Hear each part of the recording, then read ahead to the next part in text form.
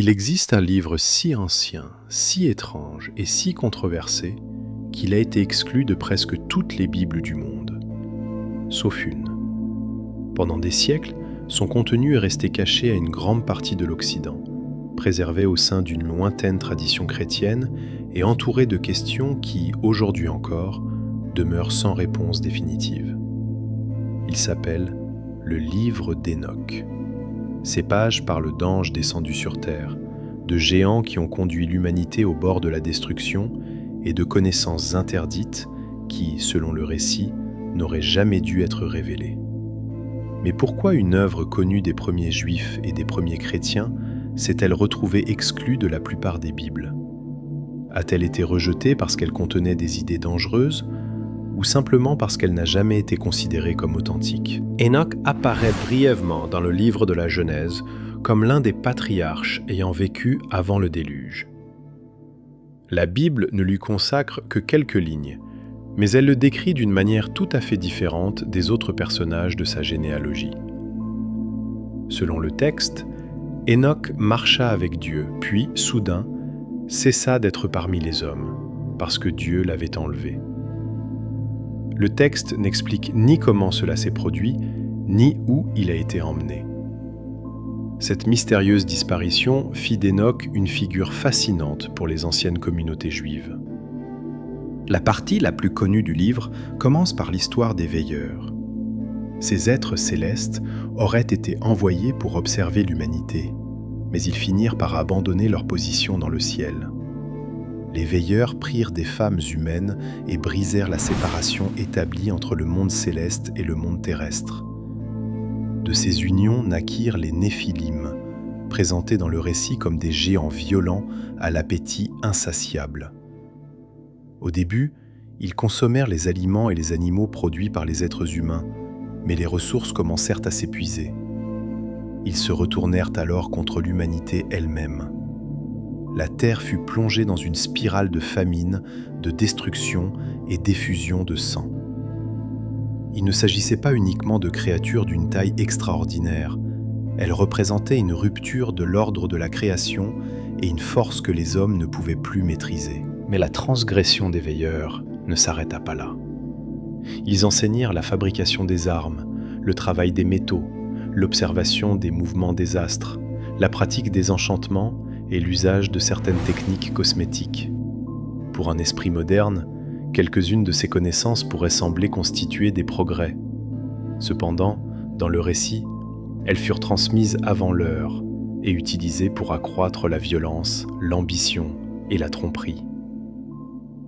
Le problème ne résidait pas seulement dans ce que l'humanité avait appris, mais aussi dans la manière dont ce savoir avait transformé sa société.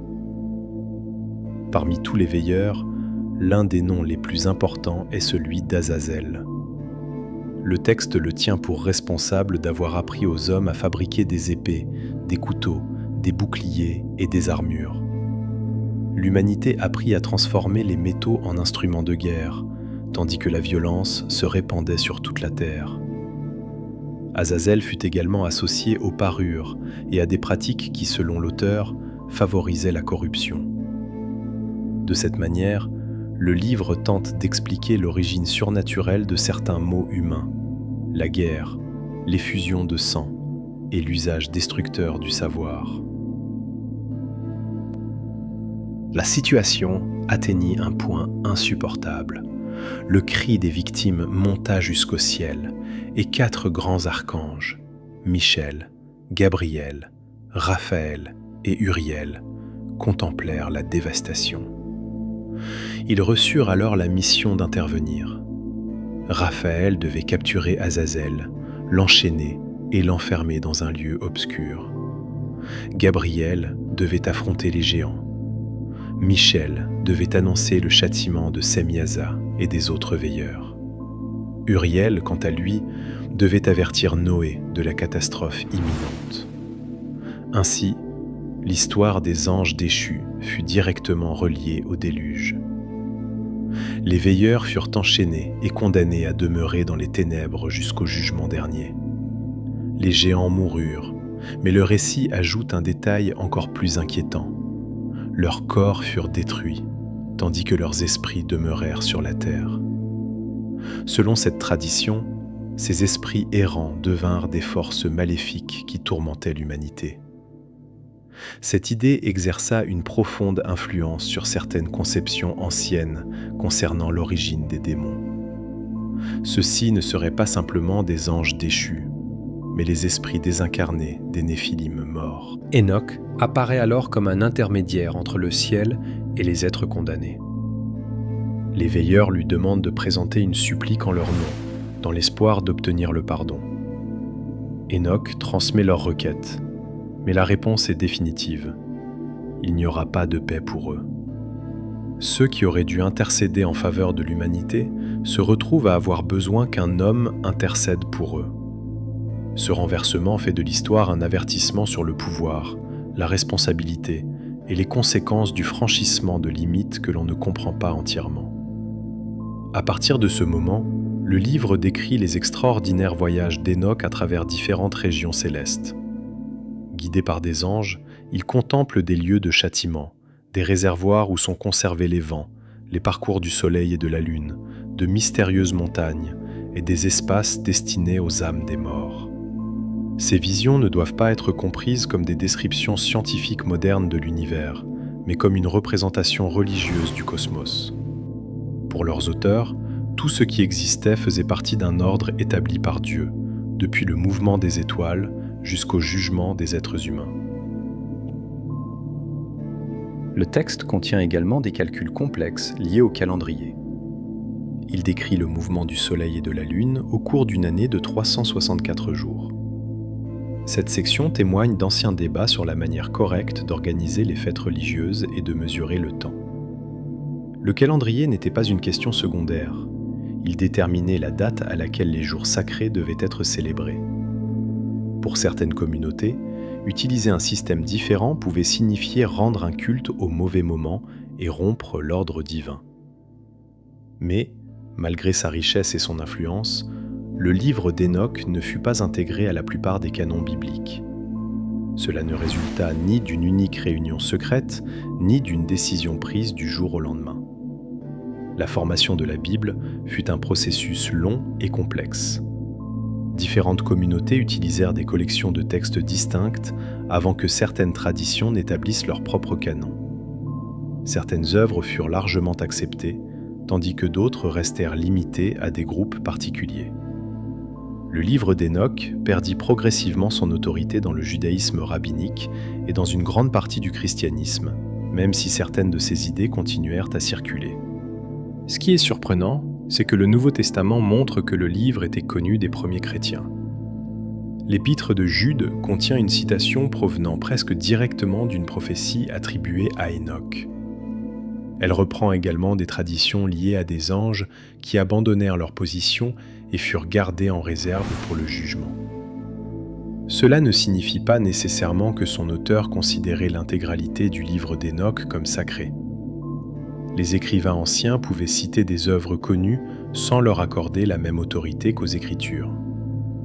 Néanmoins, cette référence confirme que ces récits faisaient partie du milieu religieux de l'époque. Certains auteurs chrétiens de l'Antiquité respectaient cette œuvre et trouvaient de la valeur dans ses enseignements. D'autres commencèrent à s'en méfier.